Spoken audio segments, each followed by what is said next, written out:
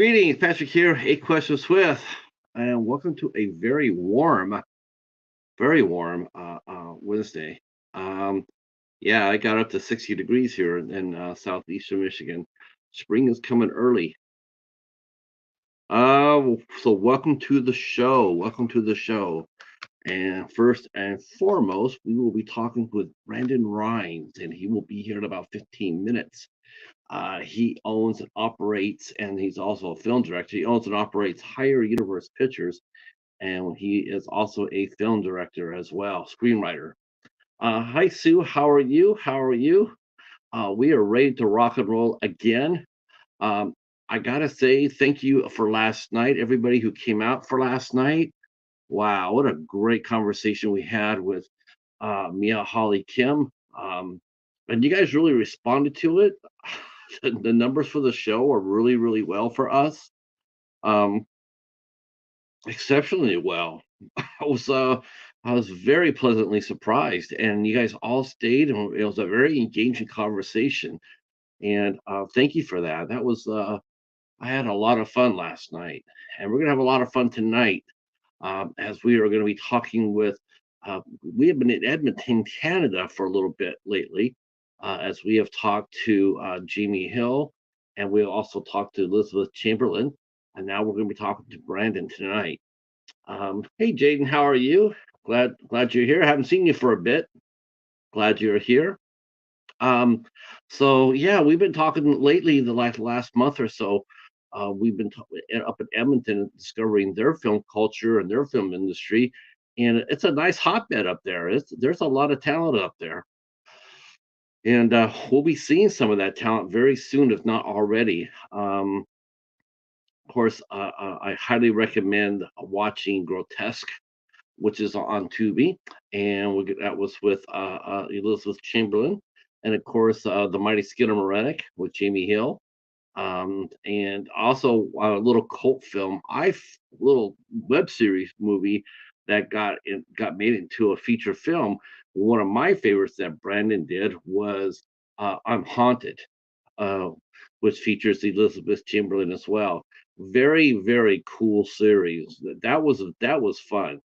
The movie itself is very well done, very well done. We'll be talking to Brandon about that movie because that movie is bonkers. Um, very actor, single actor oriented. It's focused on one actor and has to carry the whole thing on her shoulders. And Brandon wrote it and directed it, and we'll talk to him about that as well. All right. So we are busting our hump hard for Women Entertainment Month, but we still got one more week. We still got another show to do this week, and we got some shows next week.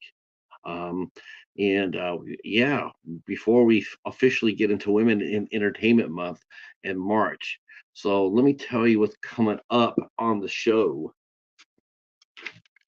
All right. So tomorrow the 22nd, we'll be talking with metal sculptor Greg Scorpion. He'll be our guest here uh, at 8 o'clock, and he will be showing us some of his pieces that he's made and created and his process to do so.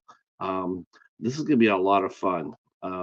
We've as you know, some of you may know, we had Kevin Stone, who also is a metal sculptor as well, who's made these massive pieces. While Greg doesn't do that, he does make pieces that you and I could own. We could go ahead and order a piece and have it made and shipped to us. If we order that from Greg, you know, the city might come down and wonder why we have a metal dragon on our roof. So different styles, but still working with the same, still the same discipline. So we'll be talking to Greg tomorrow night at 8 o'clock. Okay, next Monday, the 26th, we will be having a fellow interviewer on the show. We'll be having Kyle Curtis Flett will be here with us on Monday at 8 o'clock. So Kyle is also a movie tuber as he's on our community. He does film reviews, he does deep dives, and he also is an interviewer. He has I think he has close to 20 interviews underneath his belt on his channel. and he's talked to some really well-known people, very well-known people. And so he will be here with us on the 26th, and we will be talking what it's like to interview people, interview celebrities and stars, and how do we do that? How do we get our shows? What kind of questions do we come up with? Uh, so we'll be talking with Curtis or Kyle Curtis Flett next Monday night at 8 o'clock. Next Monday. On the 27th, we come back. We come back with another podcaster. That will be Charles Sherrod of the Dive podcast. And Charles also is a interviewer as well, and he enjoys music. So we'll be talking music and interviewing with Charles Sherrod on the 27th. Okay, the doorbell has rang, so you know what that means. As soon as the doorbell rings, whether it be early or not, as soon as the doorbell rings, we go. So please share us out if you can. Thank you for coming here. Thank you for coming here and hanging out with us. And let's go talk to Brandon Rhiness from Higher Universe Pictures. And here we go.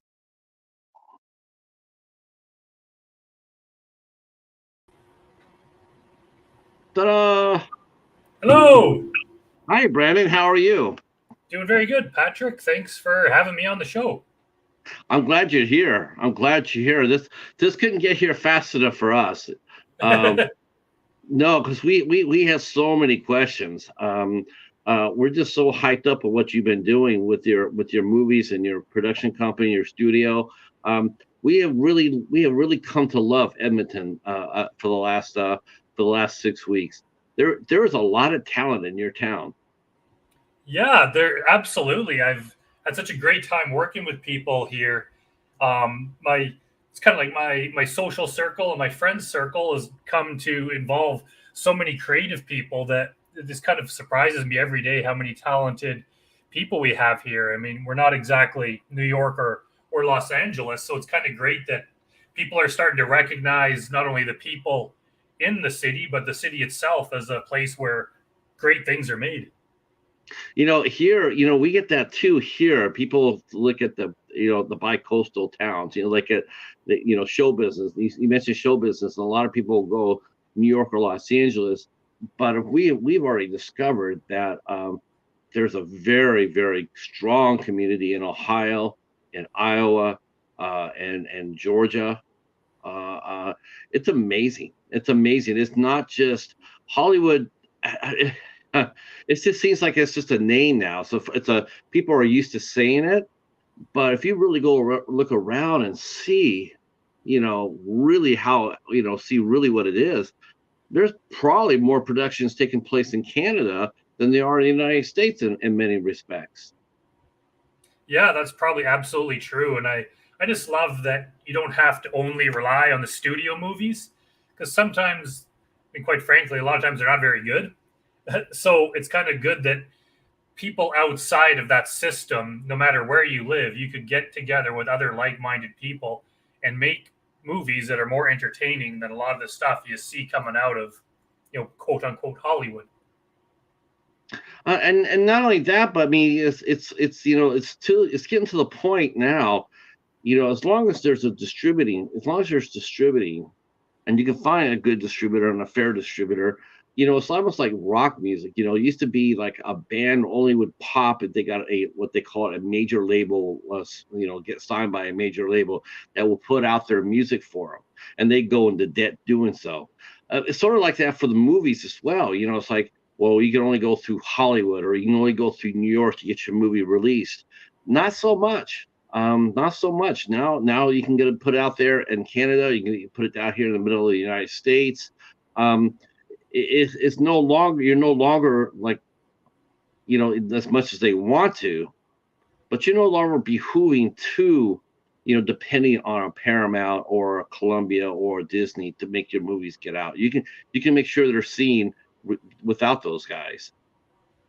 Yeah, and it's wonderful that I can like my team and I can make something like grotesque that may not have mass appeal to the same level as like a Marvel movie, but we could still make it, get it out there, and get it in front of people who like that kind of thing without having some sort of gatekeeper in the way that can kind of choose the rock band or choose the filmmaker and say like we're going to pick you and no one else gets seen because there's that kind of that wall in the way.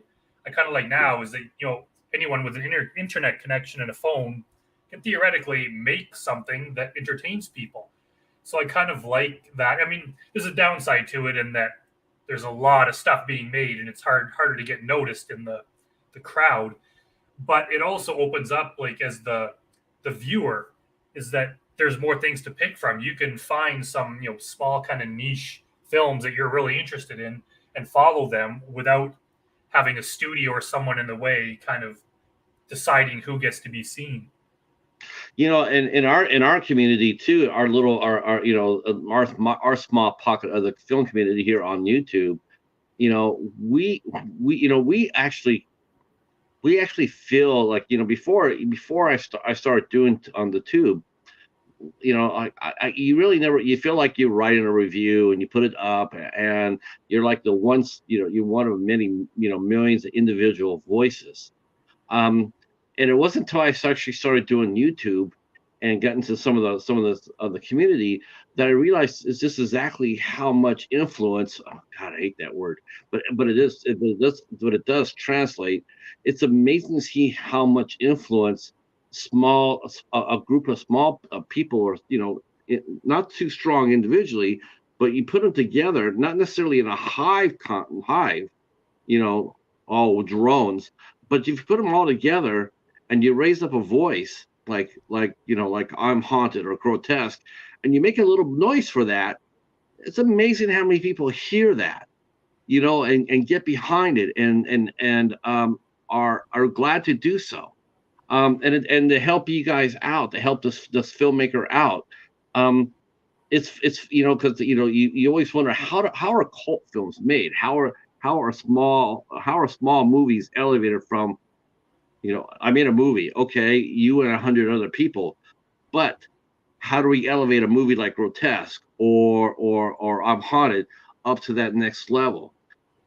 By showing it here on the tube, talking to it about the tube, people reviewing it on the tube, and other places, Twitch, Threads, Instagram, or what have you. And before you know it, you find yourself, Tubi. I mean, a lot of people, I've known a lot of people have discovered a lot of movies on Tubi that they've never heard of before. And next thing you know, your name's out there in the public. I mean, you wake up and it's like, hey, they're talking about us and our film. That's got to be sort of that makes you got, as a filmmaker, you got to feel good hearing that, knowing that your story is being seen and being talked about by others. Yeah, it's still, even to this day, it kind of surprises me because sometimes I'll Google my movie titles or my name, and I try to avoid just reading reviews because I mean anyone can have an opinion and stuff, and it's like I try to ignore it, but I kind of like just to see what's out there, and sometimes I'll find some Reddit thread or something where people are talking about I'm Haunted and they have like theories about it and stuff, and it's just so weird that these are people that I have never met. I don't even know who they are, and they're discussing me like without me being there. It's like people having conversations about my movies. It is kind of weird when you really think about it, but it's also great in that, yeah, like you said, people can discover things, and I'll do like interviews like this, and I mean, I don't need an influencer with 10 million followers. Like honestly, even just one person listening and then watching the movie, and then they tell a few people about it. Like even that, it slowly builds your fan base, and then all of a sudden it kind of builds. You give it a couple of years, and then you have a whole bunch of people that like Grotesque or that like I'm Haunted. And I love that people can discover it like that without me having to spend millions of dollars to advertise on billboards and on the sides of buses. It's just I put the movie out there and people start talking about it, and then we get people excited for the next one, and you kind of build a fan base that way. It's really strange. It's really strange is in how fast it happens. It really happens super fast. It was next thing you know, you're talking to, Stephen just walked in, or Stephen Chang, and she walked in, and he and I started talking, and he told me about Elizabeth, and then I booked Elizabeth, and then I saw Jamie Hill, and I booked Jamie, and then after that, they're going like, you know what? Brandon has his fingers in both their, he works with both artists. Let's go talk to Brandon. So then we go ahead and talk to you, and we just follow the trail, and because you're right. I mean, what's funny is like I heard about Grotesque before I heard about I'm Haunted, but I watched My Haunted first, and I was blown away by that movie. That movie is one of my favorite movies I've seen this year.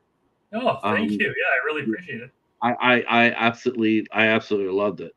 I thought it was so much fun and so interesting, and I loved Elizabeth in it. I thought she did outstanding. It was so much fun. And I guess the one question that always I've been saving this question ever since since I saw the movie and I knew I was going to be talking to you, and I would definitely want to talk about I'm Haunted. But I guess the real burning question I have is, who edited the from the webisodes?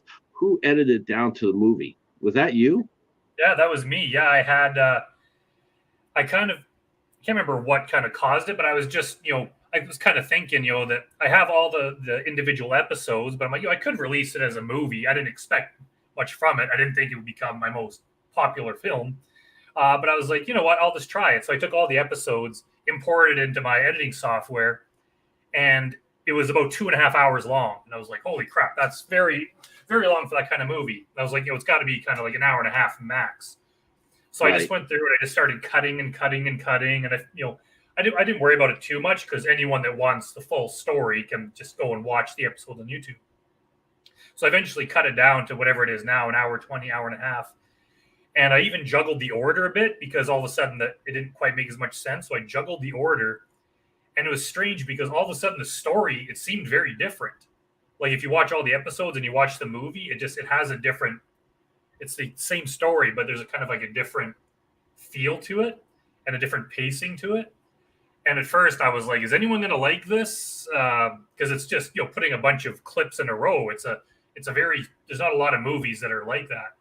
And I was like, whatever, I'll just release it. The worst that happens is no one watches it or no one likes it. So I put it out there, and lo and behold, it apparently has a lot of fans that love it. Uh, I think the editing job is one of the best I've ever seen.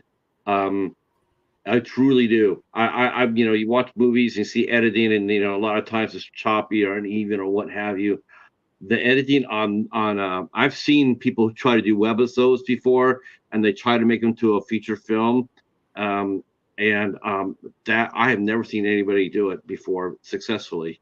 It always looks like it's a webisode. It's always chopped. You can always tell by the cuts that it's not just one movie. I didn't know that, Brandon. When I watched I'm Haunted, I didn't know it was a webisode until I did the research on it. I thought it was just a movie.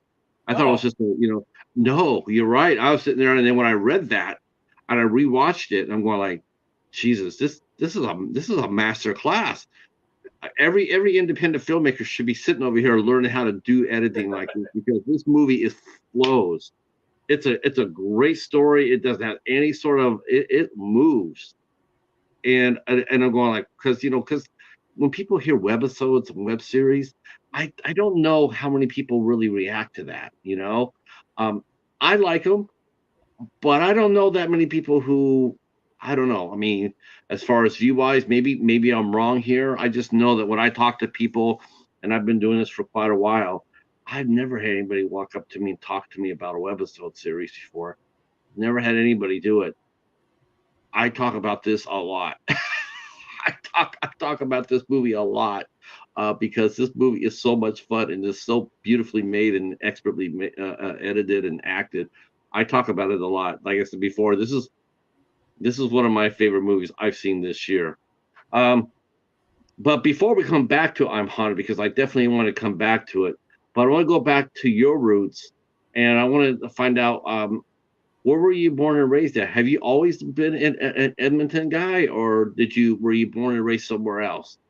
I was born in Ontario, a small town called Goderich, but my dad moved the family out here to Alberta when I was 3. So I basically grew up here. I grew up in Wetaskiwin, which is a small town about half hour south of Edmonton. I moved around the province a bit, working when I became an adult. But I've been here in Edmonton over 20 years now, so I consider Edmonton my home. I grew up around this area, so yeah, I'm familiar with this area, and I consider it to be where I'm from. What was it like growing up in the town? It was growing up. I mean, you don't know anything else, so it was the place I grew up in. I had a good childhood. I loved it there. Looking back, when I go back there now as an adult, and it's kind of this, you know, not so nice small town, and it's kind of like, man, I can't believe I grew up here. It's a lot smaller than I remember it. But when you're a kid, you make opportunities with what you have, and kind of life is simpler. If I had to move back there now, I probably would not like it so much. But yeah, I have Mm. fond memories, and my all my creative kind of endeavors started there, and I did my first projects there. So we kind of made the best with what we had. What projects? How old were you when you first started getting into film, and what led you down that road? Into film, I was probably in high school. Like I've been writing stories in comic books, and kind of ever since probably kindergarten, ever since I could first write. It's really all I remember. But film, it kind of happened one day. I remember in high school, I watched Leon the Professional and Reservoir Dogs. I watched them both like back to back on the same night, and then something clicked in my mind, and it's like, hey, like I write and I'm into comics, maybe I should do movies. So I went, and a friend of mine at school kind of had similar interests. So I was like, we're like, how do we get a video camera? Because back then, cell phones didn't exist really. So I went and I volunteered for the local community TV station, and I would take the camera and I go out and film events for them, like hockey games or whatever. In exchange, they would let me borrow the camera whenever they weren't using it. So me and my friends would go out, and we'd try to make these little short films that were just horrible. Like none of them exist anymore. And I didn't even know what editing was. I remember the first ones we did, we would edit as we were filming, like on VHS. Okay. We would film a take, and then we'd rewind it and do it again. And then we would cue it up and then film the next scene. And, we made some really bad films, but that's how it started. I mean, it took a good another decade and a half before I started doing it for real, but that's how I got my start. But you got your overall start. You got it in comic books too. Then, what comic book did? Because I cut my teeth on a radio show called CBS Mystery Theater, and then after that, then I got into comic books. So, what comic books were you into when you were younger? I'd say the Punisher has always been my favorite character ever since I was in elementary school. I read all his stuff growing up. I liked other things, X-Men and all the Marvel stuff, a lot of DC. I was big into Image during the big Image bubble of the early Um, '90s. There, I was all into Spawn and all that stuff too. so X-Men, huh? What about Alpha Flight? Yeah, I mean, I like the fact that Alpha Flight was like the one Canadian team, which I thought was Hell cool. But yeah. I never read it more than sporadically, and I don't think they really put a lot of effort into making it very good. So it was something I never really appealed to me. I actually followed that book. I actually loved that book. I remember when they first made their appearance against the X-Men and they fought. It was pretty badass. They had a pretty badass team. Um, they had Guardian or back then it was Vindicator, and then they had Sasquatch and Puck. And Yeah, it was a fun comic book. I miss it. I keep on waiting for them to. I keep waiting for Marvel with the X-Men and keep on waiting like that would be a really good time to introduce Alpha Flight, because I dug the story, I dug the characters, but the Punisher, I could definitely get that behind that. A lot of people love the Punisher, they always have. Um, you know where he came from. Marvel. You know where that character actually came from, right? where's that? The Punisher came from a series of books called Executioner Oh, okay. back in the 70s, and then they took that and they created the character out of it was inspired by the character of Mac Bullen. um God, I still remember all that stuff. Now, did you were you an artist, so you drew your own comic books? You created your own comic books and your own stories? I I tried to be an artist. I really wanted to. I tried to teach myself to draw. It's just something I've never been able to do.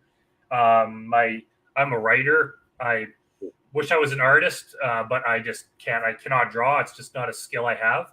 So I tried drawing a few when I was like 13 or so. It didn't work out.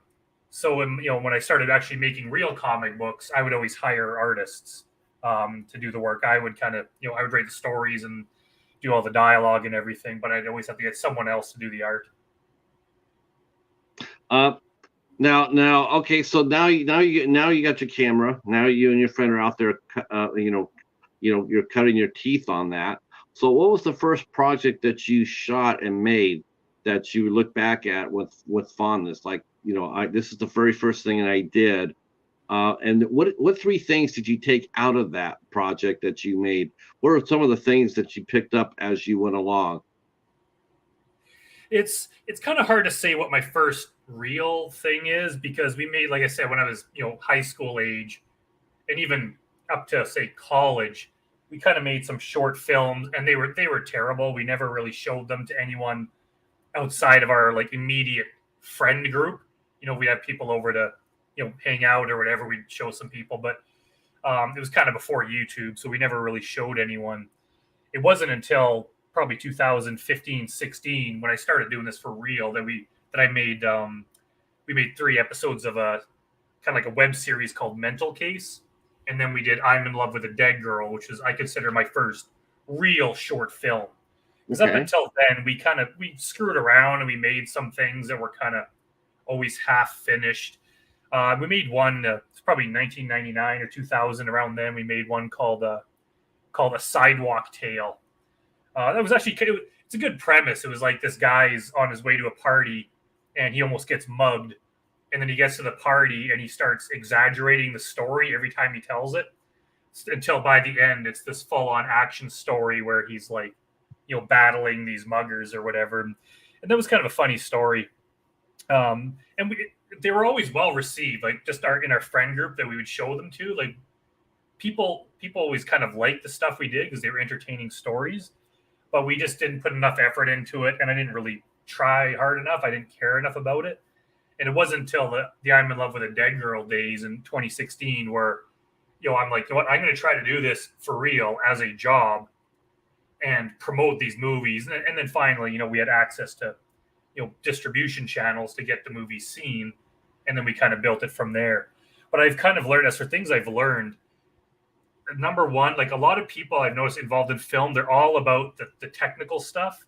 It's what camera are you using, like all this equipment and everything. Sure. Whereas most people watching movies aren't going to care about that. Like you see with I'm Haunted, we shot that on my phone, and no one's ever complained about that. It looks, quite frankly, a little bit crummy. It looks like it was shot on a phone. But But the story, if the story is interesting enough, no one cares. It's like, but it needs to be shot on a phone. That story needs to be on a phone. I think you lose it if you use a regular camera. Do you use a red or digital? I think oh you yeah, lose the charm of it. absolutely. And a lot of people like having something that's more professional and polished does not necessarily mean it's going to be better. Most Right. people, they want to watch something and have it be interesting. And the furthest, as long as it's somewhat presentable, like, I mean, if the audio is so bad that you can't hear it, anything like that is bad. But as long as it's presentable, I've learned like the number one thing, like you said with I'm Haunted, like I went through there and took out anything that I thought would slow the story down even a little bit, anything that would throw it off, just to make sure that it's like this is the most entertaining thing I can possibly make with the resources I have. And I do the same thing with grotesque and other movies, and people tend to respond to that. It just the movies are fun to watch; they're easy to watch. There's a lot of people think they have the highest end camera, they have all this whatever equipment they can put in. They put all their effort into cool shots they can do rather than the content of what's happening in those shots. And then it's like, wow, you have a nice looking movie, but it's kind of boring. And a lot of Marvel movies now are like that. They seem to have lost the appeal, the story, and the characters, and it's just a super polished Hollywood movie, and they all kind of look the same. So I've just kind of learned it's all about entertaining people, and that's kind of what I strive to do. Yeah, I would be. Yeah, I definitely would say I'm haunted. It was perfectly shot, and you're right. I mean, if people, it doesn't matter if you have the finest equipment you have. You can polish and shine a turd, but it's still a turd.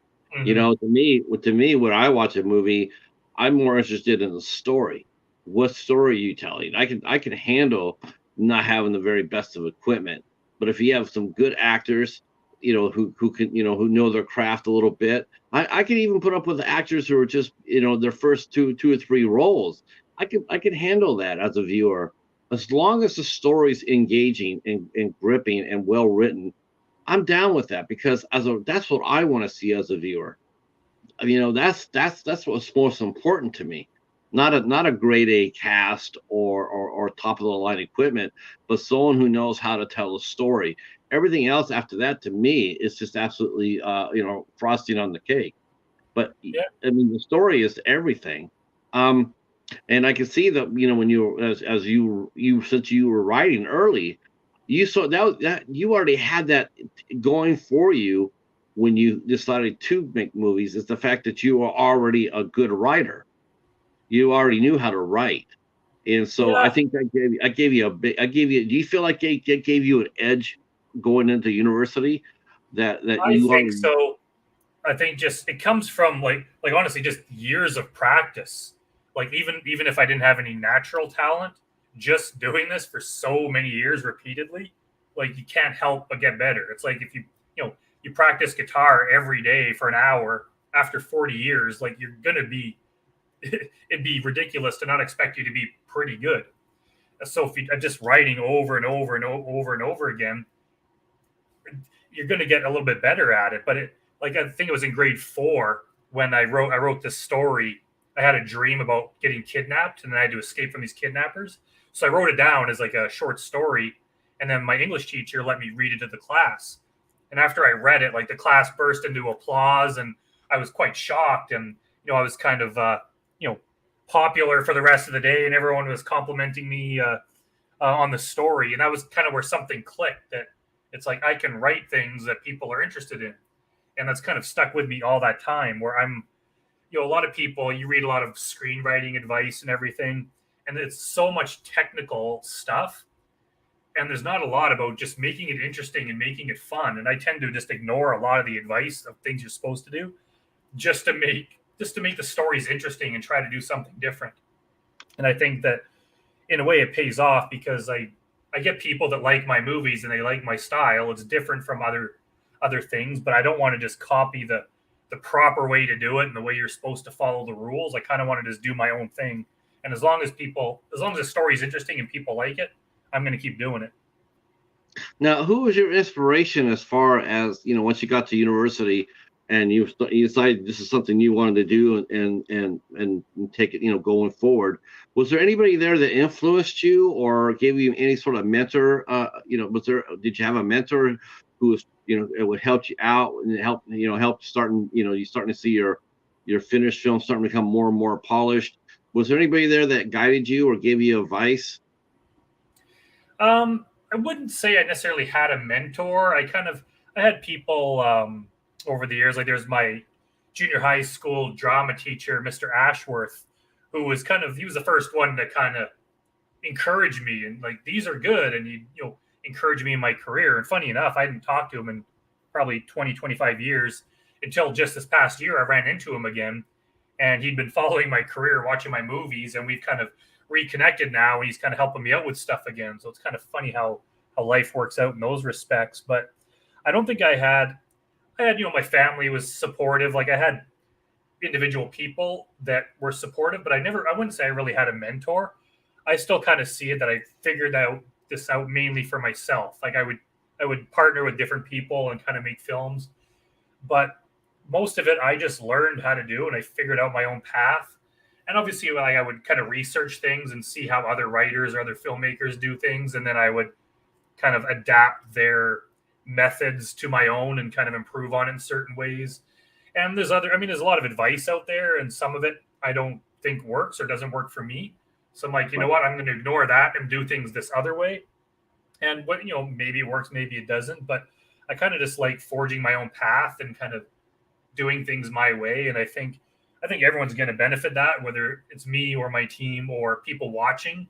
If I was just trying to copy and replicate someone else's success, I don't think movies like I'm Haunted and Grotesque would even exist, because I would be too busy trying to make some other thing and kind of copy someone else's stories, where it's like, nah, I'm gonna do my own thing, even if it doesn't, like, honestly, I don't think anyone would have thought I'm Haunted would be a good idea. But when it came out, it's like, well, apparently it is. A lot of people may not have made something like that, but I'm glad I took a chance and did. I am too, because that's it's not that kind of filmmaking you don't see very often. You really don't. That's probably wow. I mean, that sort of setting is probably one of the most difficult there is. As far as setting a movie is when you have just that one character. Like it's solely there's nothing happening. It's mostly in an enclosed set. It's I think they call it a bottle. It's like where all the action takes place in one room. I think they call it a bottle film. And the first time I ever saw anything like that was with a movie called Lock, and it Yeah, starts. yeah, so long. Yes. So what I'm watching, just to tell you how much I thought of your movie, Brandon. When I was watching I'm Haunted, that's the movie I had in mind when I was watching it. I went, this is like Locke. I really, really liked Locke. It's a tour de force for the actor. Whoever the director is has a lot of faith in the actor. Has tremendous, because it's everything. No matter, that's it's one of those things where it's like it's really is up to the actor to make the movie go. I mean, it's a great story. You can have a great story. You can have, you can have good crew, but that's right there. That's where, like I said before, you can have an actor with, maybe not the most experienced, but as long as they know how, as long as they can as long as they know their way around a stage, right? As long as they know or a set. Because when I watched that, that's the movie that's the movie that it reminded me of the most was Locked, and I absolutely love that movie. That movie is brilliant. It's one of Tom Hardy's best movies, and nobody really knows about it. Um, Yeah, it's like it really came down. Like Elizabeth had a lot on her shoulders for that movie, because if the movie had turned out bad, or if her performance wasn't good, everyone's going to be staring at her face for like 80% of the movie. So it could have gone very badly if she didn't turn in the amazing performance that she did. So kind of it says a lot about her that she was able to carry that entire movie. And it's funny because most of it is her talking. And part of me was like, I wonder if people are going to get bored of this. I better add in stuff with other characters to make it more interesting. And it's funny because I've had multiple people online say that they didn't like the stuff with the other characters as much. They just like the stuff with Elizabeth. I was yeah, like, wow, I thought it'd be the exact opposite. So it shows that, like, not only is her acting skills very good, but it shows that if you just have interesting dialogue and interesting story, people will respond to it. And here we have a movie with this one woman talking, and people like it. And then there's like these high budget action movies made out of Hollywood that have 50 cuts per second, just non-stop action, and people kind of get bored of them. It's so dull. So it yeah. shows that you don't need all that flashy stuff to have an interesting story. You could have just one person talking in their apartment with I one think shot, and that could be even more interesting. it's funny because we're talking about this. We're talking about just drama. How much we miss that. That's something that really isn't seen that much anymore.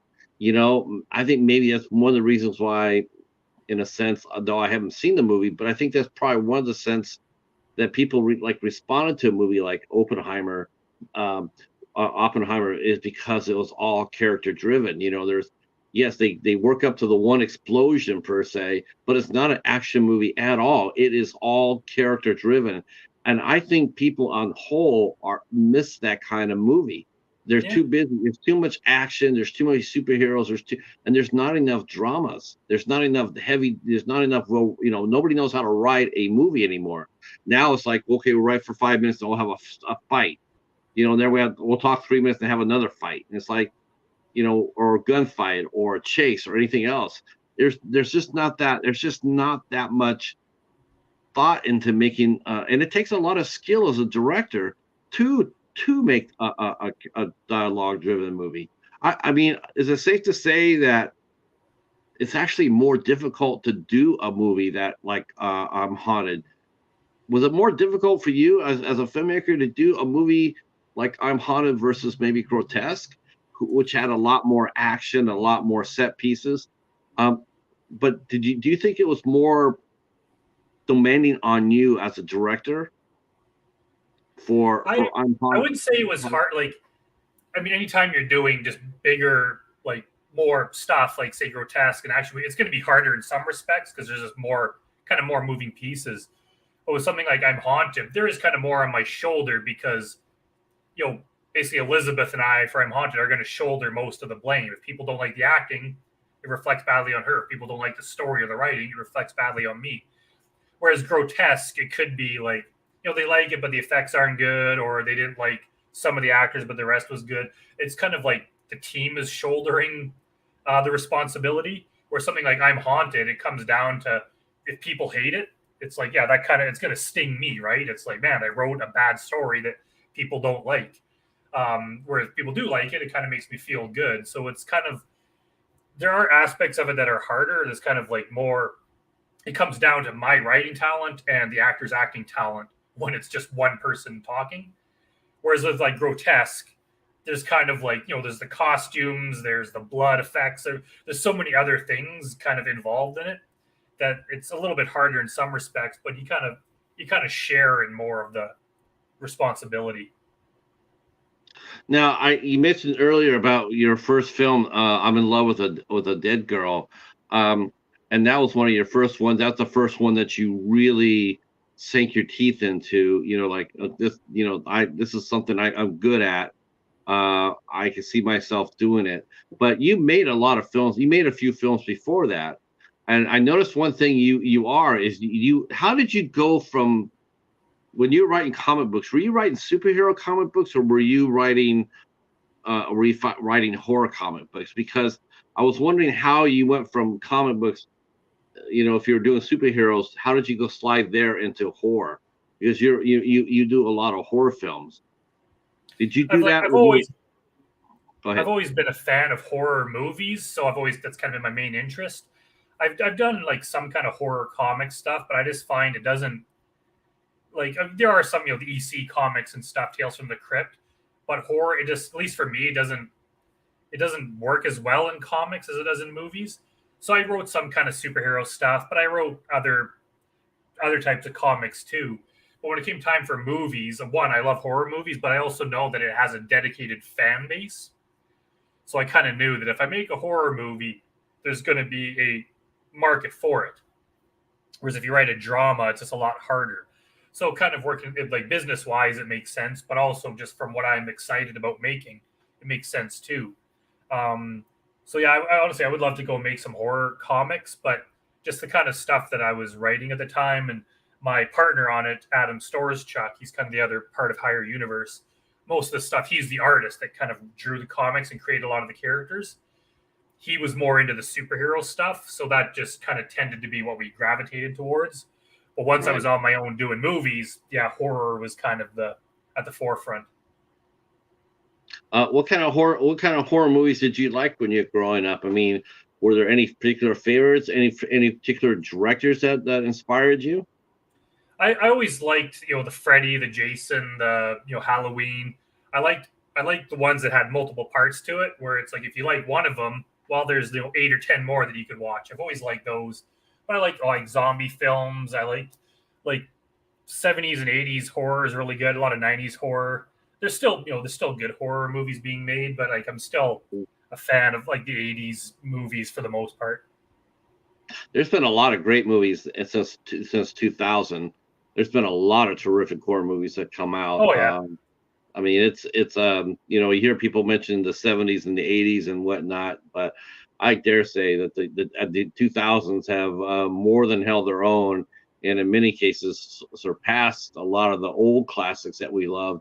But I mean, there's some movies out being made now that, and since 2000 that will just rock your boat, and um, and always interested in seeing how what inspired new writers and directors, or today what movies where were they inspired from. um I mean, I can see why everybody gets inspired by the old classics. Halloween, it's timeless. It's always going to be there. It's always going to be Michael Myers, the boogeyman, and Freddy, and of course Texas Chainsaw, the tall man, Alien, or what have you. But I was thinking, for the 2000s, was there any directors, that are, almost could be might as well be your peers? I mean, they're out there making movies today, even as you are. I was wondering if there's anybody out there today that inspires you today yourself. Is there any modern directors, or modern screenwriters, or films that inspire you? That's hard to say. I wouldn't. It's hard to pinpoint a specific person, but I do watch a lot of movies, like newer movies that I like, and I would say I like they inspire me, but sometimes it's hard to explain. Kind of like something will click, like the movie like House of the Devil. I watched that movie, and I really liked it, and so I thought about it a lot. So when I'm working on something new, it kind of inspires you a bit. It's not like I'm ripping it off or anything, but it just kind of like gives me ideas for new things. So there's a lot of movies I watch where I just take little things from, or just kind of gives me an idea of like, hey, this other thing I've been thinking of, it could take me in this different direction. So I'll kind of watch a lot of things that influence me, but I'm also very careful not to, hey, I like that movie, I'm going to make a movie just like it. I notice some other people do that. Like some new Oh, movie will come out, and then you'll read like 10 scripts that are kind of knockoffs of it. So I never want to be like that where people notice like, hey, you're just copying this other movie. But I'm still inspired by a lot of things. Like there's a lot of creative, great movies being made. It's just it seems like I don't know if it's easier to make movies nowadays. So there's a lot more being made. It seems like I'll watch 9 bad horror movies and then I'll find a real gem. Whereas yeah, in the 80s, isn't it that was the kind of case? like one per one. Yeah, I will say, I will give you that. I mean, it does seem like there does seem to be a lot of bad movies being made. 9 out of every 10. It's like, it's frustrating when you watch something from Bloomhouse, because I like Jason Bloom, and I like that he does. I like it, like he does his horror. But man, oh man, talk about is like hit and miss.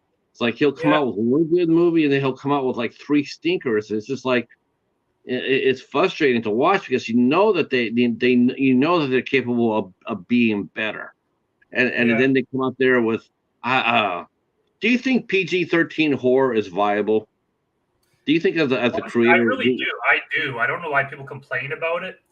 It's I I suppose if it gets to the point where it's affecting the story, where the story really needs to be an R, but they're holding back just for the in terms to get more money from a wider audience, then it won't work. But I mean, there's movies even like Monster Squad. I mean, that's kind of a horror movie, but it's I think it's really a really great movie. So I don't mind. I don't really think about it. I wouldn't like or dislike a movie based on the level of violence or language, like um, bad language in it.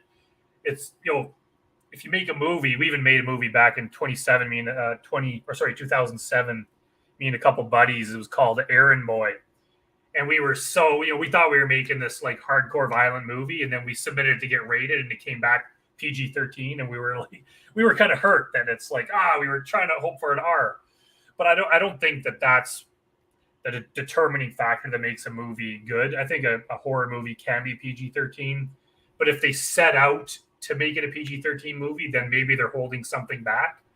But if it just happens, like not every movie needs to be terrifier level of gore in it. A horror movie could still have very little gore and still be a completely viable movie. sure, sure. I mean, there's some good PG-13 movies out there. I mean, there are some that are effective.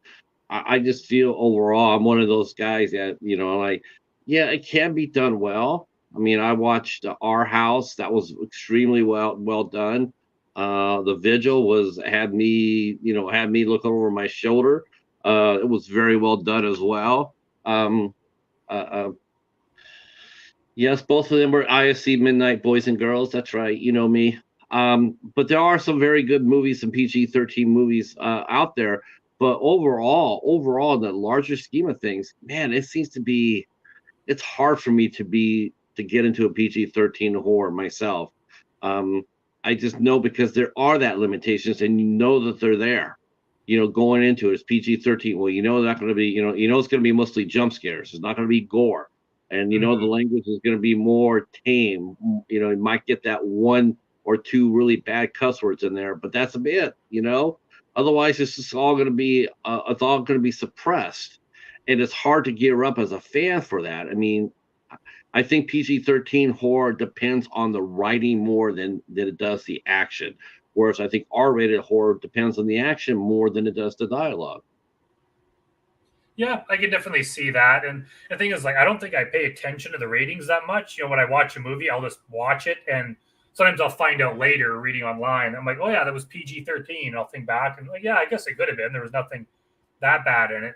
But yeah, like any time you're censored, and I hate that because I've written some comic books, that I've been hired to write, and the whoever's hiring me, the company, they'll tell me this is mean for kids, so you got to watch what you're writing. And anytime you're censored like that, it's like, so I'll write something and he'll be like, oh, can you cut that one part? That's a bit too harsh. And it's like, as soon as you're censored like that, like the work suffers.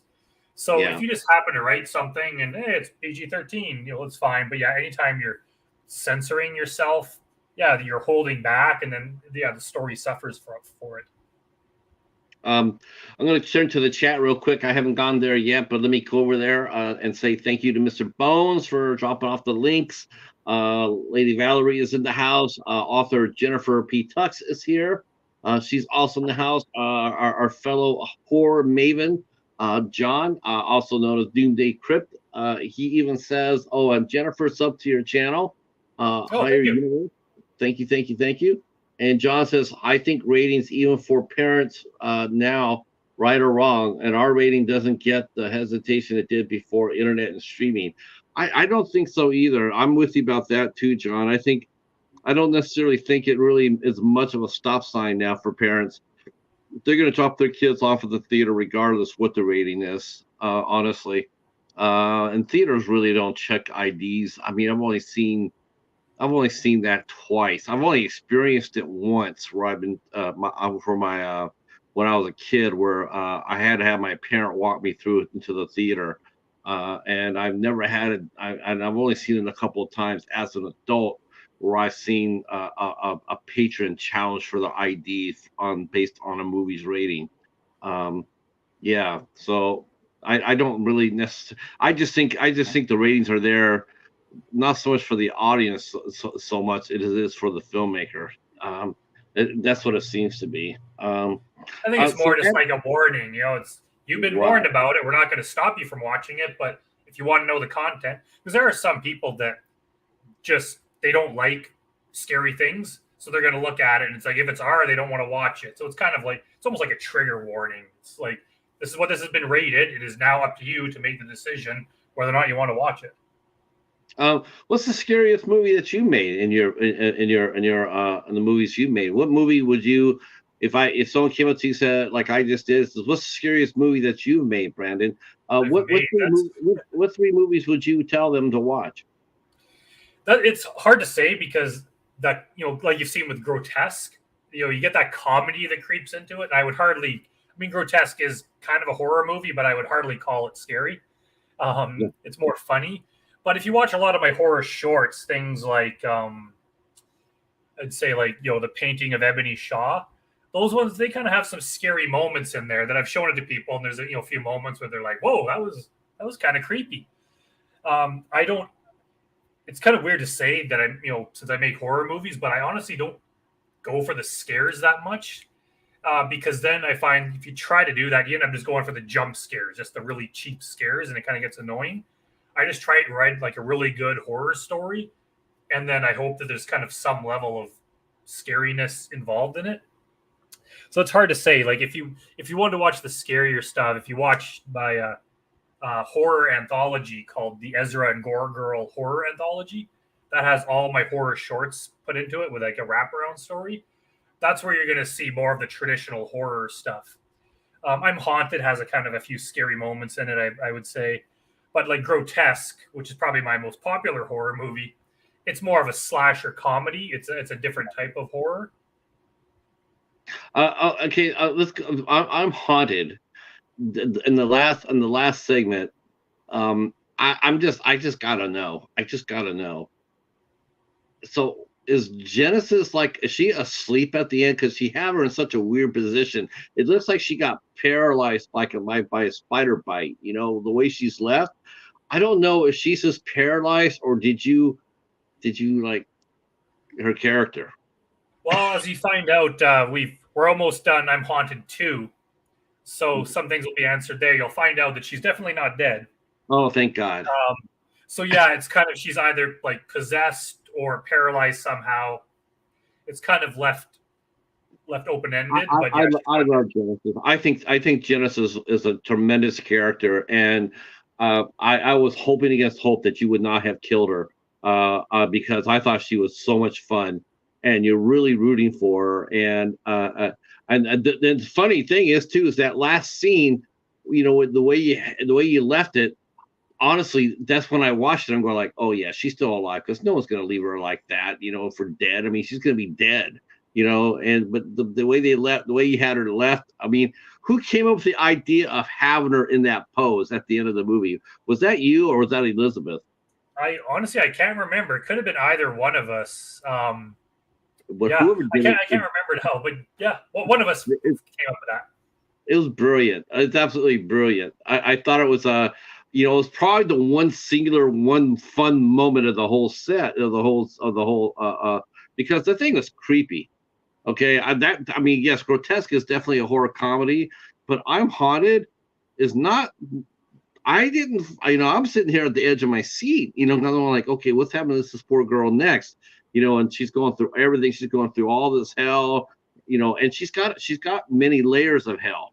You know, she's got a relationship with her mom, her job, her best friend. There's a lot going on in that girl's life besides being haunted. I mean, she's got. I mean, she didn't need. You know, I'm surprised the ghost didn't go there, didn't come out there and say, "Man, I'm leaving," because you know what? You don't need me to scare your life. Your life is already fucking. You know, well, I'm wasting my time here. Let me go. Let me go haunt somebody else who really might be affected by it. But that poor girl, she to me, I was waiting for her to sit there and say, do whatever you want. You're only going to do me a favor, you know. um, Edmonton. So, when did you start noticing, or do you see? I personally almost see you sort of like a leader here, um, and I'm not the only one. It seems like a lot of the Edmonton film community revolves around higher universe. Are you?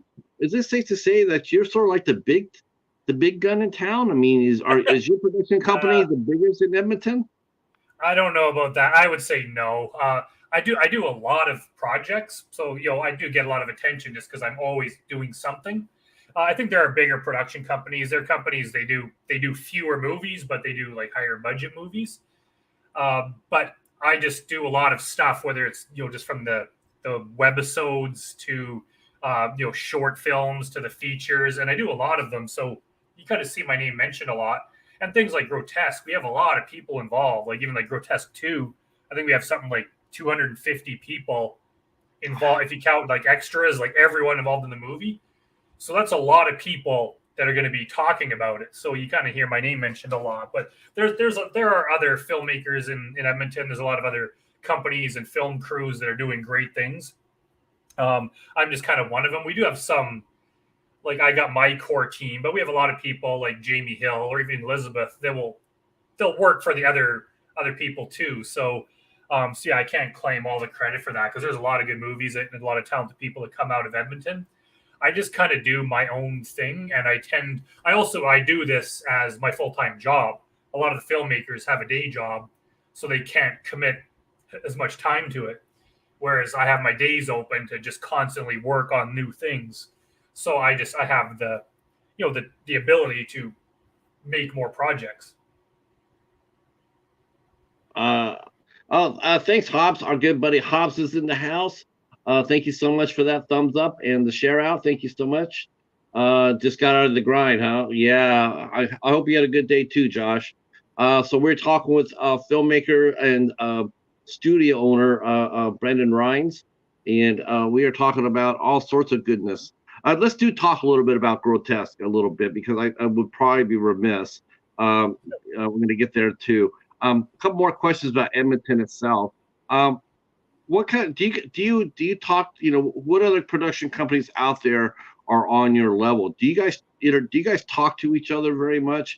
Do studio heads like yourself, do you call do you guys get together and basically just chew the fat and see what's going on, and like I'm prepping for for a shoot, or I'm doing post production, or do you guys share like some of the same acting talent? Is there enough acting talent in Edmonton for two or three companies to share, or do you have to sometimes look outside of Edmonton for that? I definitely know a lot of them, like say Jarvis Greiner from Hot Shots. I've worked with him a lot, and he's a director too. He produces a lot of movies, but he directs some of his own stuff. And I've written some of his movies. I wrote John 3:16, and Markings of Murder that he directed, and there is some sort of like, let's say like spillover, whatever the word is, where like actors, it's not like actors are beholden to any specific filmmaker. So people can act in my films and they can act for anyone they want. So there's a Mhm. lot of mixing involved with the crews. There's a lot of talented people. There's a lot of actors here. Sometimes we bring in people from Red Deer, Calgary. They'll come from other cities, but there's a lot of talented people just within Edmonton. So I wouldn't say I communicate with the other kind of filmmakers a lot, but we're obviously on friendly terms. Like we stay in touch on Facebook. If we run into each other at events, we all kind of pool resources. And I have no problem if someone reaches out and they want hey, you shot at this one location, we'd love to shoot there too. How do I get a hold of them? That kind of thing. um, we get along. It's not a cutthroat industry here where we're all trying to step on someone else's throat to get ahead. It's not like that at all. It's honestly, the more people making good stuff out of Edmonton, a Skinamarink is obviously the biggest example that came out recently. The more attention it gets us, and the more it helps everyone. So the more that we can develop a scene here, and the more people making good stuff, it's only going to help everyone. So yeah, like Jarvis and Preston and Neil Chase, like all the people here, Mike Charnay, that are kind of making cool stuff. It's I can only hope the best for them because it's only going to help me too, and vice versa. What was some of the fallout or benefits of a movie like Skinamarink on Edmonton? I mean, as it got bigger and bigger and became a bigger hit, did your phone seem to ring a little bit more? People looking, like you said before, once you make a hit movie like that, now we're gonna make, now people are gonna want to make movies like that in the future. Did you get a surge of scripts like that, or do people send you scripts too, Brandon? Do they solicit them to you unsolicited? Do they send scripts to you? And I would say and they again, try to. I don't really read unsolicited scripts. Like everything I make, I write myself. So I don't really have the time or inclination to read any scripts, let alone unsolicited ones. But yeah, Skinamarink did make a big splash here. Basically, I was aware while it was being made. I was aware of it because it's a fairly small community, the Edmonton filmmaking scene. I was aware of it. I don't think anyone, including the filmmakers that made it, could have predicted that it would become as big as it did. It just kind of came out of left field, and it was like, holy crap, that's great. And it's kind of funny because me and Elizabeth, we were on Global News here. It's like one of the biggest news stations in Edmonton. They did an interview with us for Grotesque when it came out. I think it was Grotesque, and they ended up during the interview. I think they mentioned Skinamarink more times than they mentioned our movie, just because it was such a popular thing. And even right. just the other day, I got a call from a news outlet here. They were doing a story on the 1 year anniversary of Skinamarink, and they wanted to talk to me as another filmmaker to get my opinion on it. So even after a year, Skinamarink is still making waves, and it helped us too because Jamie Hill was in that movie, and she's been in a bunch of my films. So just Yeah. kind of having that connection to it has benefited me. But it works great that just a film from Edmonton could get that big, and also a very bizarre film. It was very slow paced. It was not a normal movie. So I just love the fact that someone could take a big risk and make something different like that, and it can become as popular as it did. It shows that you don't need to copy Blumhouse or any sort of bigger level Hollywood movie to be successful. You can make something of your own. Um, my last question about it. Did you watch it? And if so, what were your thoughts about the movie? I mean, It's hard to look at say. it through a director's eyes. What did you think of the movie? Not as a fan wise, but as a director, what did you think of the movie? Like as a director, I admired their ambition, because I would never have made something like that. That's something it seems like it was kind of like deeply personal to those filmmakers. You could tell they were not out there to capture the biggest audience possible. Obviously not, because the movie goes against every traditional kind of like filmmaking rule out there. And it's kind of, they basically made that movie that was just like all atmosphere. It had a very like a good look to it, and it just had a feeling to it that so many horror movies don't. Even a lot of the Blumhouse movies, they just seem like a Hollywood studio movie with Yeah, horror slapped on it. Like they don't look scary. Whereas Skinamarink, it was like all scary. It was just yeah, like the vibe and the way it sounded and the way it looked. It's kind of great that they did something like that. And I just love that they had like the courage and the ambition to just make something so completely different and hope for the best, and it worked out for them. yeah. Uh, so here you go. You now you're in grotesque. Um, Horror comedy. I think horror comedies probably after anthologies are probably the riskiest and the hardest to make as far as horror films go. So, what is the secret of grotesque success? Why did it do so well? Because it's a hard genre to do, and you know do you felt like it was a risk making like you put it looks sort of like tape on Elizabeth's nose for her nose, and it looks like tape, and when you first see it, it's so discombobulated. It's like you sort of gravitated on the nose so much. Do you think that was and you don't necessarily want that, because you don't want them to just be staring at that and forget the rest of the movie.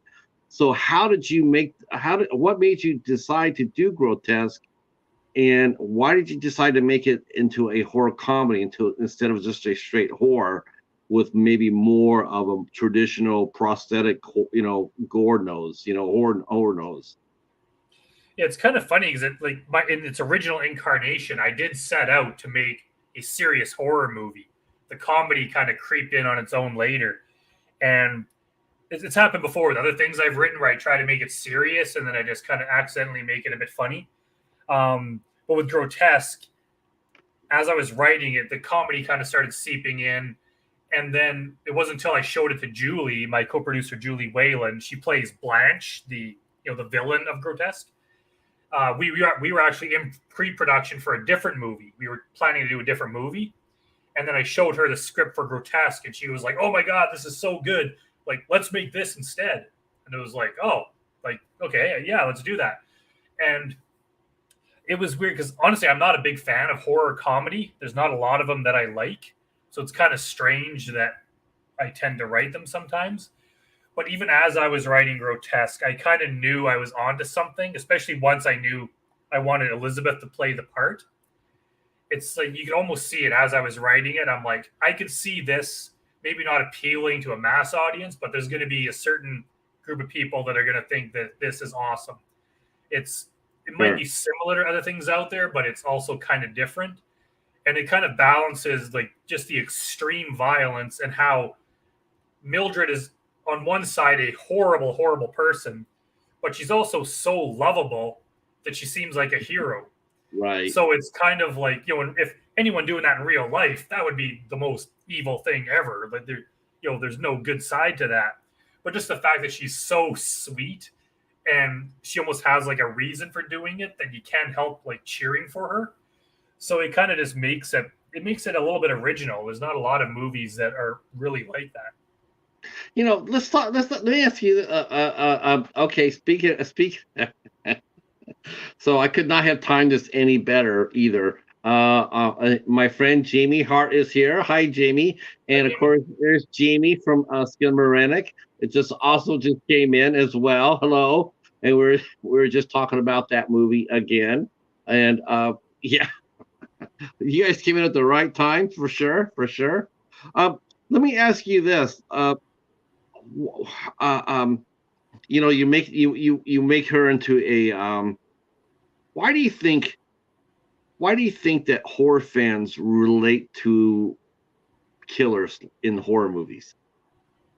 I mean, That's when you write especially let's go back to the 70s and the 80s, Michael Myers and The Shape and or The Shape and Freddy Krueger and the Tall Man or whatnot.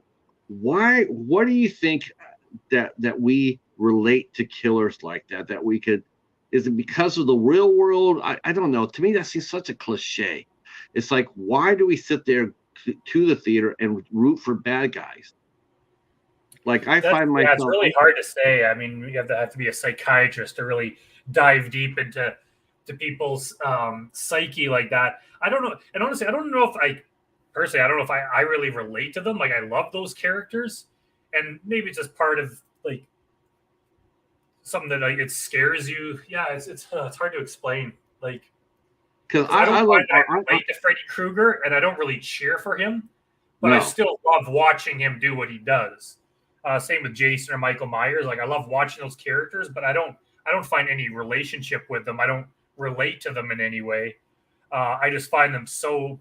Maybe it's kind of how people are interested in like serial killer, like um, documentaries, that kind of thing, where it's like you don't relate to it, but it's so shocking to your mind that you can't help but be captivated by it in some sort of way when you're from the safety of your own home. If you were living a real life situation like that, it would be a different story. But when you're right. watching it from the safety of a screen, you kind of like just being able to step into that world and see it when it's complete fiction.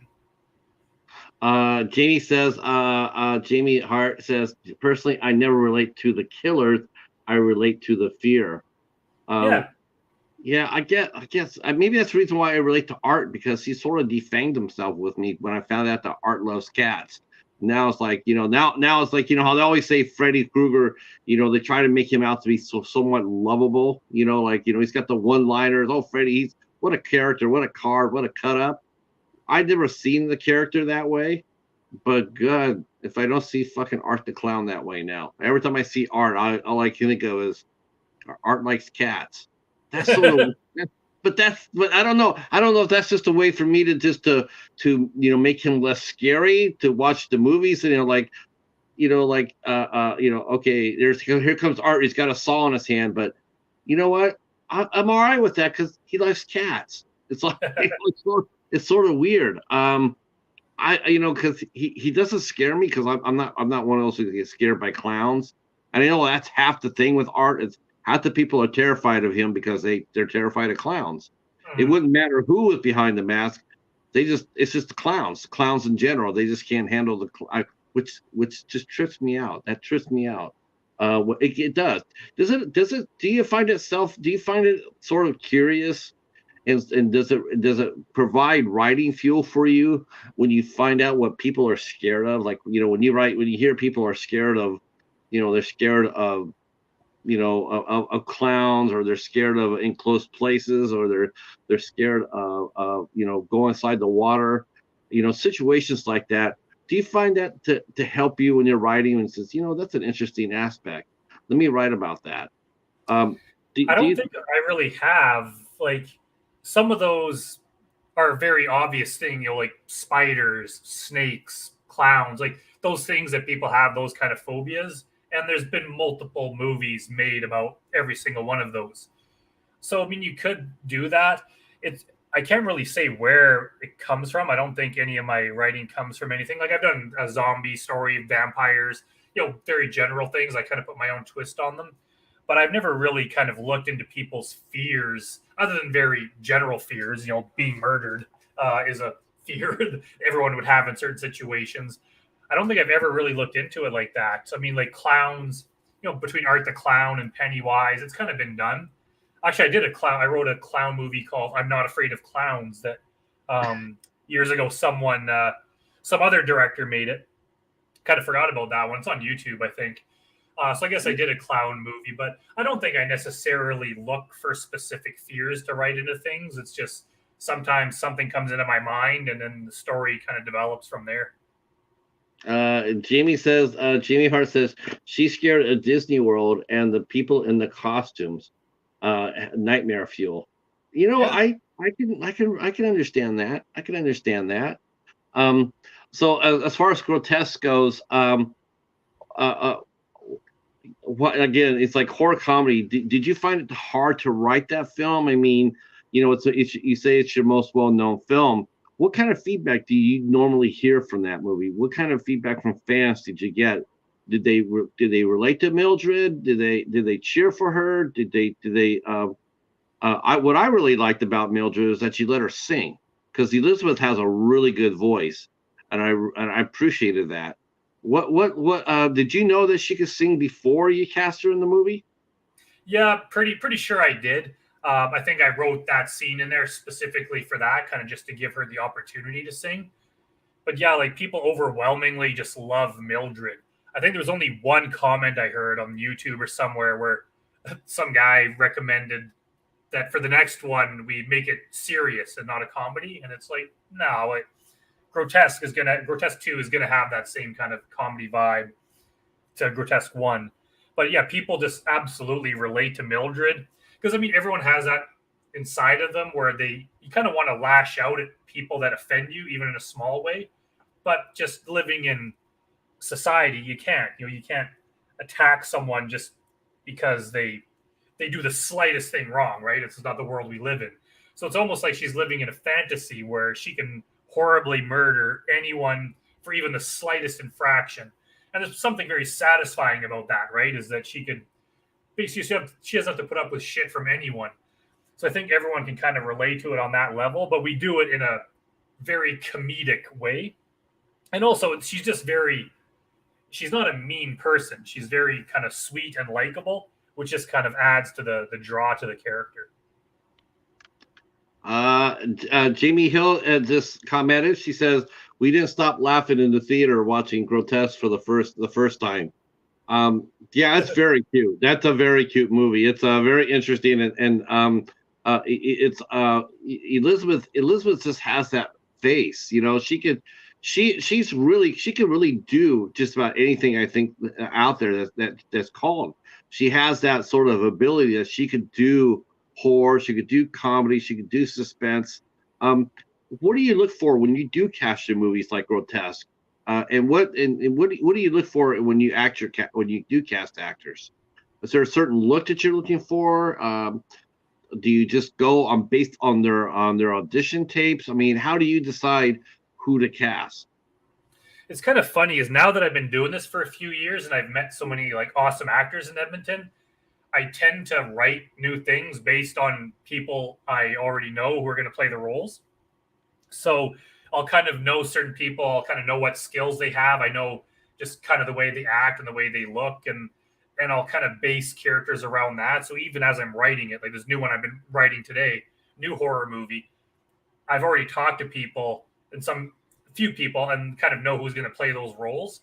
So I'm imagining them as I'm doing it. So when it comes time to make the movie, it's almost like the part was written for them because it was.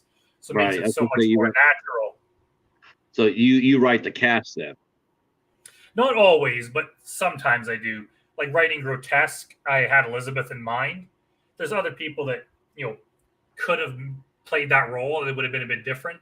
But I wrote it with Elizabeth in mind and knowing that she could perfectly execute what she did. And there are some roles that I don't have anyone in mind for, and I don't audition a lot anymore just because I've seen a lot of it, and through the two Grotesque movies, we've had, hundreds of actors from the local area involved. So I kind of know who's available and who I want for certain parts.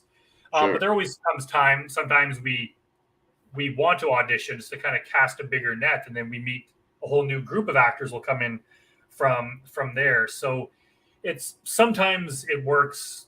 I fit the actor to the part, and sometimes I fit the part to the actor. Have you yourself been contacted about outside of Edmonton about going out to making movies for other people outside of Higher Universe? Have you been contacted to, to go to Vancouver or whatnot and make films out there? Have people noticed you to contact Oh you? yeah, not so much making film, like directing films, but like writing films. I wrote a couple scripts for a guy in the UK recently who's making some stuff. Even just today, I had a producer in LA read one of my scripts and loved it, and then they're trying to get that off the ground now. So I have those kind of things going on. It's usually with my writing. As far as like directing, I haven't done a lot of directing for hire. I think I've only ever made a couple short films where I was actually hired to direct, and one of them was by Julie Whalen, my co-producer. So I tend to my writing is how I make my living. I write scripts and sell them, get them produced by, or I write things for other people. But as for making my own films, I would be open to directing for hire, but usually I just end up directing my own projects. And we have opportunities here in Edmonton that we wouldn't have elsewhere. Like if we went to Vancouver or LA, everything is so much more expensive. Whereas here in Edmonton, the filmmaking scene is much smaller. So you have like for Hotbox, when we made Hotbox, the city of Edmonton rented us that like mansion for an entire month for free. They just gave it to us Wow. because no one else was using it. They're like, oh, they want to help out local artists. If we were in a place like LA, that place would have cost so much money Right. to Right. rent.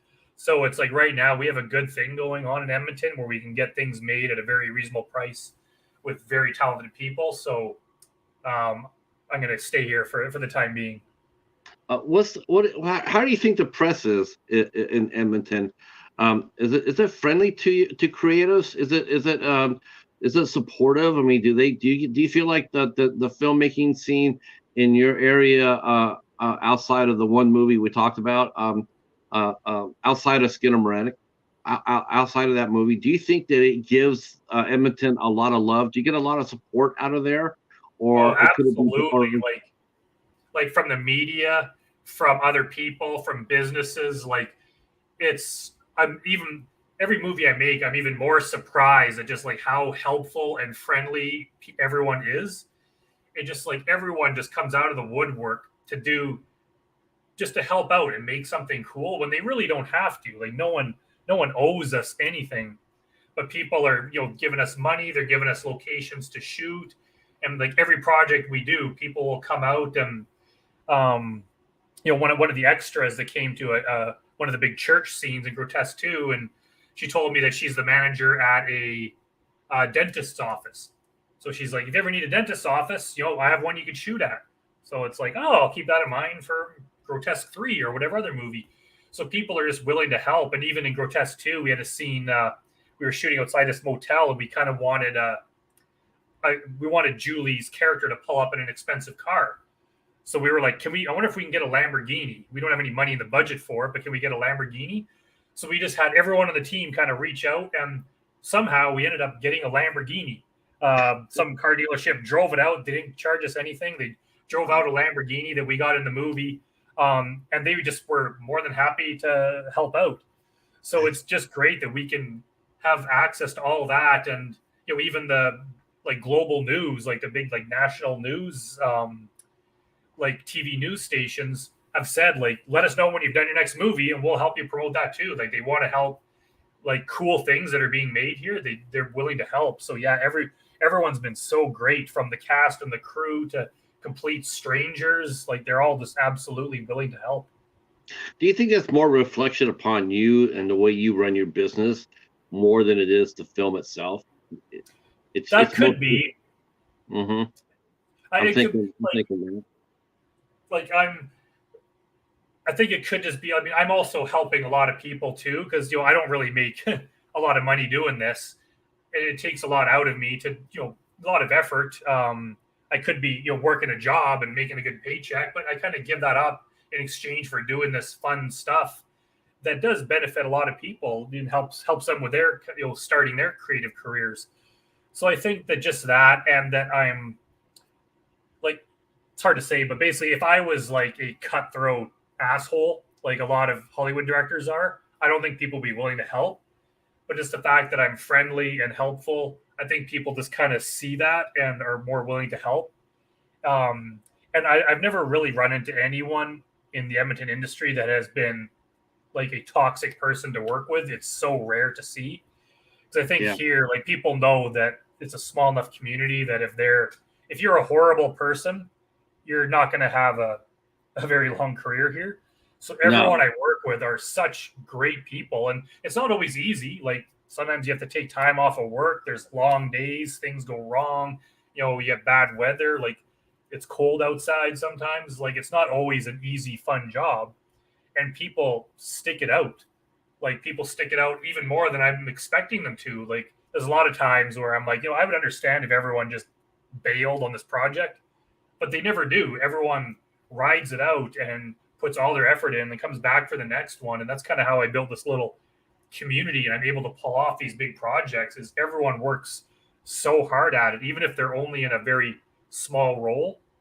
Sometimes people stick around to to help cook, to help carry stuff around, to help clean up. Like, everyone kind of just pitches in above and beyond what's expected of them. And I love everyone for it. Like, we've just developed such a great team here. And I think people, especially if they come to our sets, they kind of pick up on that vibe of just like, wow, this is so fun. Everyone here is so great. And friendships have been made just by people getting together on these sets. And now it's gotten to the point where if I hint at we're doing another project this summer, people don't ask too many questions. They're just like, yeah, I want to be on board. Whatever you're doing, they want to be on board. Right. Right. Jamie Hill mentions everybody wants Brenda to write for them. She also says that Brenda let me shadow him and learn the industry behind the camera. And our good friend and fellow movie channel friend, Dale on Movies, great channel by the way. Others willing to help is definitely a reflection of you. I'm sure there are other filmmakers in your area who feel like they don't get much help at all. But you know what, Dale, you're right. Dale's right. What you give to people comes back to you. If you give them people opportunity, if you give them a chance, let them be a part of things. You're right. You see people coming out there, picking up things, offering locations, offering to help to cook. It's a reflection upon you, Brent, and that's all because of you. It is, and they see how hard you're working, how generous you are, and they come back and they want to give that back, and that's how a community is formed. It's definitely a give and receive. A lot of people, they like to take, but they never give back. And it's funny because I hear a lot of people here in our area, in our little part of YouTube, they're like that too. They talk about giving, but they're always taking. They never give back, and and it sort of sucks. So I mean, to you always want to work hard to give it back, to pay it forward. If I can say that, you want to go back and like, I'm going to help this person, because you just never know. You just never know the person you may be helping today. They might be an opening the door for you down the line. You just never know. Hey, caveman, how are you? Glad you're here. Glad you're here. Um, Real quick, Jamie mentioned the question that I was going to ask you, and that is, if you could shadow any three screenwriters, since you love to write, if you could shadow any three screenwriters, what three screenwriters would you shadow, and why? That's hard to say. Like, there are screenwriters I admire. I would be hesitant to shadow anyone just because I don't know if it's strange to say, but I don't want them rubbing off on me too much. So I wouldn't shadow them. I would love to sit down and chat. Like, I like talking with other screenwriters and just kind of talk and shop. So like, Okay. you know, like say Aaron Sorkin, he's a great writer. Stephen King, he's not really a screenwriter, but he has written screenplays. And Quentin Tarantino, obviously. They're just guys I would love to just sit around and kind of, I don't know if nerd out is the right word, but just talk about all the stuff that most people would not care to talk about, but screenwriters get together. I would love to get their thoughts on. I have questions for them. I want to get their thoughts on things and kind of know if their experience in the industry is the same as mine, and kind of get tips on things and just kind of know what they think of things like that. So I wouldn't want to shadow them too much in terms of like learning from them, because I really kind of want to distance myself and kind of carve my own path.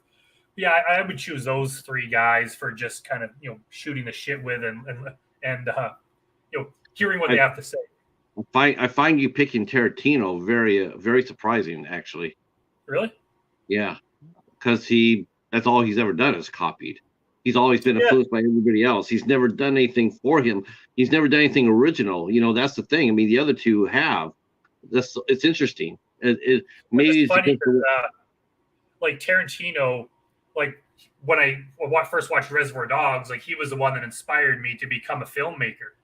So in my early days, even my first scripts were all Tarantino knockoffs, right? Like there was a lot of that in that early '90s period where everyone was ripping off Tarantino. I was one of them.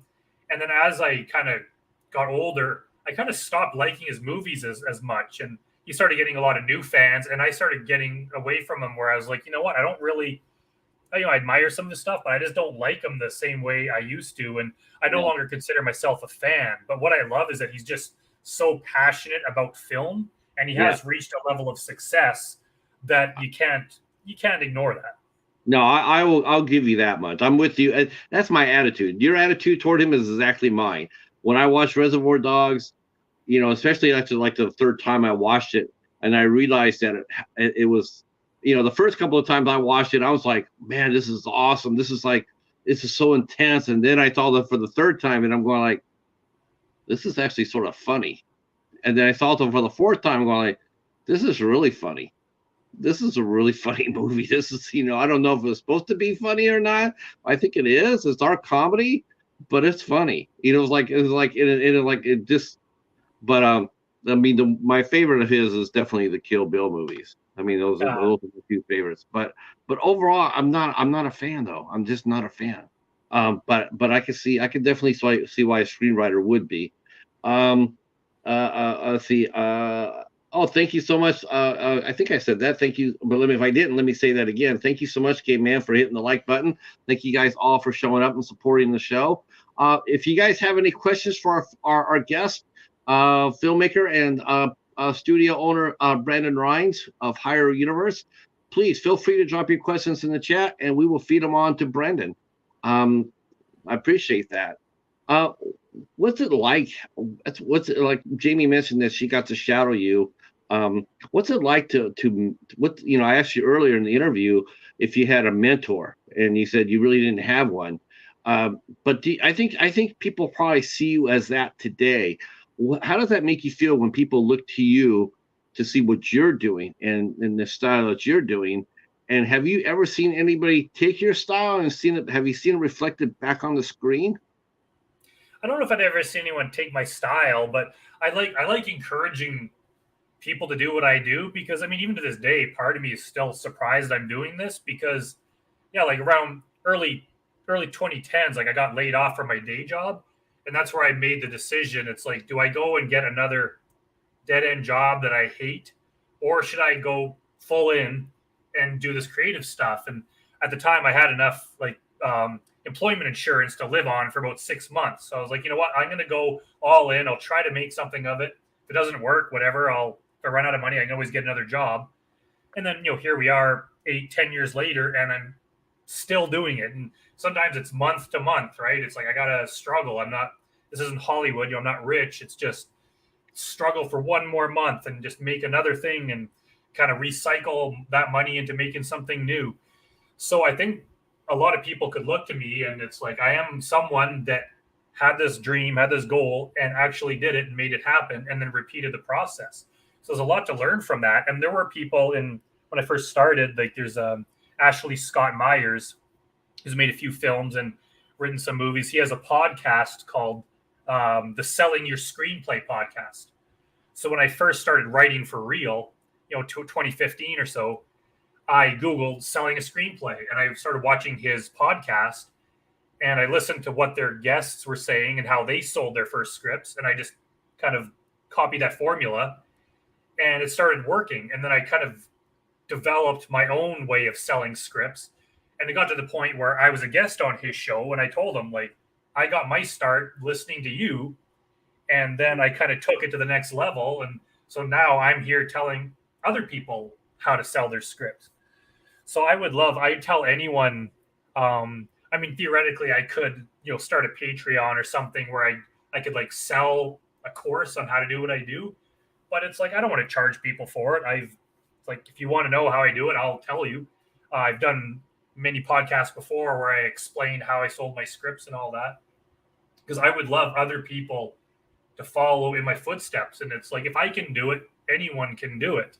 I don't think I started off with any sort of advantage. I wasn't, born into a rich family where I had unlimited funds. It came down just to kind of working hard and, believing in myself and all that kind of stuff. So really anyone can do it. So I love when people kind of come into our crew and then next thing you know, a year or two later, they're making their own film. And I can't really take credit for it, but if you do work on one of my productions, you get to meet a whole lot of people in the business. You get to see how things are done. And then you could kind of say, all right, I want to make my own film now. And I already know a sound guy and a director of photography and a first AD and kind of the key people that I met. So you could just take them and kind of develop your own thing. And it's cool to see people go on to make other things. Spencer Richard is a guy I know, and he came out to do some behind the scenes videography on Grotesque 2. And then he went and has since then made his own film with some actors like Elena Lebnikova and people, and Elizabeth actually sang on his movie. And he's having a premiere next month for his first film. So he's kind of guy that shows that if you know the people and you have enough ambition, you can kind of do it too. When will Grotesque 2 drop? It's hard to say. We're in post-production now. Right now we're working on the video effects. We do have we have a cut of the movie. So I've shown it to a couple co-producers. So you could watch the movie now and kind of get the story, but it has no music or sound effects or anything like that. Right. Basically comes down to just how quickly people work. We're hoping like end of April, end of May, something like that. I would do it end of February if it could be finished by tonight. Right. I want to do it as soon as possible because so many people are asking me about it. Like every day is this messages about it from strangers and people involved when it's coming out, and it's like we're working as fast as we can, but we can't. There's a certain limit. We just can't rush it. No. But it'll hopefully be this spring, and yeah, I'm hoping people will be blown away by it. Let's see. And JB mentioned Spencer. I tell you what, our time has hit. I want to thank you very much, Brandon, for coming out and hanging out with us and talking films. I'm talking Edmonton, Grotesque 1 and 2. The very, very great, fantastic film, I'm Haunted, which I'm a huge fan of. I will be championing that film for forever. I think it's fantastic. I love that. I thought it was so much fun. If you want to see Brandon's social media, it's down in the description box down below. I will be putting your personal website, the company website. I'll be putting that up there as well. I did not do that. I'll be doing it as well for Higher Universe. Thank you for coming out and hanging out with us, talking and sharing your knowledge. I want to thank the chat for coming out. Jamie, always good to see you. Both Jamies, always good to see you. Jennifer and John and Dell and Pat Master. Hey, what's going on, Pat? And thank you guys all so much for coming out and supporting us. Tomorrow night we'll be back here at 8 o'clock. 8 o'clock we'll be back for the last show of the week. We will be talking with metal sculptor Greg Scorpion from Scorpion Metals. He'll be here tomorrow night, and we will be talking art. Have you ever seen a metal sculptor before? I've seen them like on Instagram and stuff, but never for real. There's a gentleman on Instagram named Kevin Stone that we had on the show. Oh my gosh. But his pieces are like, big as a house. Greg's an artist that makes pieces that if you wanted to buy it, you could actually put it in your house without your house collapsing. Um, but he's created some beautiful art, and we're going to be talking to him about his technique tomorrow night at 8 o'clock. Hey Larry, how are you? How are you? Glad you're here. We are about ready to wrap things up, but that will be tomorrow night with Greg Scorpion at 8 o'clock. And of course, next Monday, we have a special show with our good friend Kyle Curtis Flett will be here with us at 8 o'clock. And Brandon, stay right where you're at. And to the rest of your chat, thank you guys all again so much for coming out and supporting the show. Please Thanks, share it guys. out. Huh? I said thank you to everyone Oh, watching. thank you for that. Thank you. And come out tomorrow night. And be safe. And we'll see you tomorrow night at 8 o'clock with Greg Scorpion. Peace.